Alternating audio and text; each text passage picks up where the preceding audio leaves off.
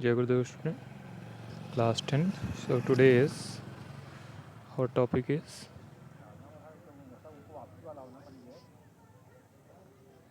contribution on industry to the national economy. So over the last 2 decades, देखा जाए पिछले 2 दशकों से the share of manufacturing industry sector has stagnated at 17% of GDP out of total of 27% for the industries, which includes 10% for mining, electricity, gas, etc. So this is a तो देखा जाए लगभग 2 दशकों से हमारा जो मैन्युफैक्चरिंग सेक्टर है वो तेज़ी से थोड़ा बढ़ा है। इसके जीडीपी में जो कंट्रीब्यूशन है वो लगभग 17% हो चुका है टोटल 27% में, और जिसमें कि 10% माइनिंग, इलेक्ट्रिसिटी और गैस ये सब चीज़ें आती हैं। और इसमें बात करें हम, दिस इज़ मच लोअर, लेकिन ये अभी भी बहुत कम है। किसकी तुलना में देखा जाए तो ईस्ट एशियन जो कंट्रीज़ हैं, हमारी ईस्ट एशियन कंट्री, इंडोनेशिया और इस तरह के म्यांमार, मतलब ये सब जो देश हैं 25% इनका कंट्रीब्यूशन है 35% में। फिर भी देखा जाए कि जो हमारा NMCC है, NMCC यानी नेशनल मैन्युफैक्चरिंग कॉम्पिटिटिवनेस काउंसिल, इसने भी मेज़र किया है कि जो इंडस्ट्रियल, ये इसका काम होता है कि इंडस्ट्रीज़ का जो नेशनल इकनॉमी में योगदान है, कंट्रीब्यूशन है, उसको ये देखता है। इंडस्ट्रियल लोकेशन की बात करें, चीप, यहाँ पे देखा जाए तो the ideal location of the industry one ideal location की बात करें इंडस्ट्रीज़ की, तो यहाँ पे अवेलेबिलिटी ऑफ रॉ मटेरियल पर्याप्त मात्रा में उपलब्ध होना चाहिए, यानी अगर हम इंडस्ट्री कहीं लगाते हैं तो। और दूसरा है चीप लेबर, सस्ते दर पर हमें काम करने वाले लोग मिल जाने चाहिए। और देखा जाए तो कैपिटल इन्वेस्टमेंट यानी पैसे की मात्रा पर्याप्त होनी चाहिए। पावर, इलेक्ट्रिक फ्यूल, यानी हमें जो फैक्ट्री में जो फ्यूल लगता है, यानी जिससे इंडस्ट्री चलती है, वो पर्याप्त मात्रा में उपलब्ध होना चाहिए उस जगह पे, और मार्केट होना चाहिए। तो ये सब चीज़ें होती हैं जिससे कि इंडस्ट्री लगाई जाए। अब यहाँ पे हम बात करेंगे इंडस्ट्रियल लोकेशन की, कि यहाँ पे टाइप्स ऑफ इंडस्ट्रीज़ की, कि इंडस्ट्रियों का क्लासिफिकेशन देखा जाए तो on the basis of raw material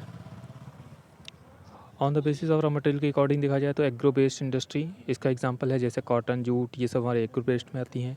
इसी प्रकार आते हैं मिनरल बेस्ड में हमारे आते हैं आयरन इंडस्ट्रीज़, स्टील इंडस्ट्री, ये सब आते हैं। एग्रो बेस्ड यानी जो कृषि से संबंधित हैं, मिनरल से संबंधित हमारी मिनरल बेस्ड। और अकॉर्डिंग टू रोल देखा जाए तो की इंडस्ट्रीज़ बोलते हैं। की इंडस्ट्रीज़ क्या होती हैं, यानी जो अदर इंडस्ट्रीज़ के लिए हमारा क्या काम करती हैं, रॉ मटेरियल का, जैसे आयरन स्टील इंडस्ट्री, ये सब हमारे, इनसे क्या होता है, आयरन स्टील बनता है। और ये अदर इंडस्ट्री यानी जो मशीनें बनानी हैं, ट्रैक्टर, ऑटोमोबाइल इंडस्ट्रीज़ हैं, उनके लिए की इंडस्ट्री का काम करती हैं।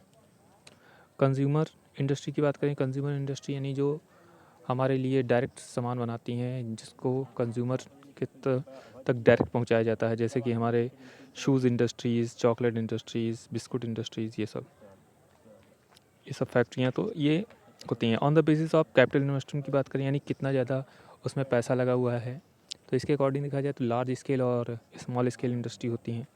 तो लार्ज स्केल इंडस्ट्री हमारी क्या होती हैं, जिसमें इन्वेस्टमेंट लगभग 1 करोड़ से ज़्यादा होता है, तो हमारी लार्ज स्केल में आती हैं।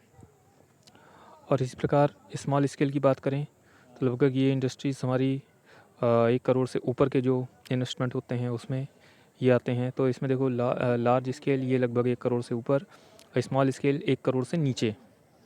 तो इस तरह ये हमारे स्मॉल स्केल में है हमारा biscuit factory, rubber factory. Capital investment की बात और लार्ज स्केल में बात करें तो आयरन स्टील, ये सब आते हैं हमारे।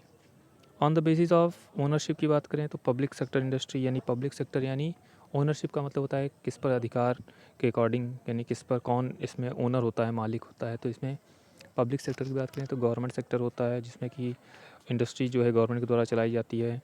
तो ये हमारी जैसे एग्जांपल देखें, steel authority of India limited, भेल, भारत हैवी इलेक्ट्रिकल लिमिटेड, ये सब हमारी जो गवर्नमेंट कंपनियां हैं वो आती हैं।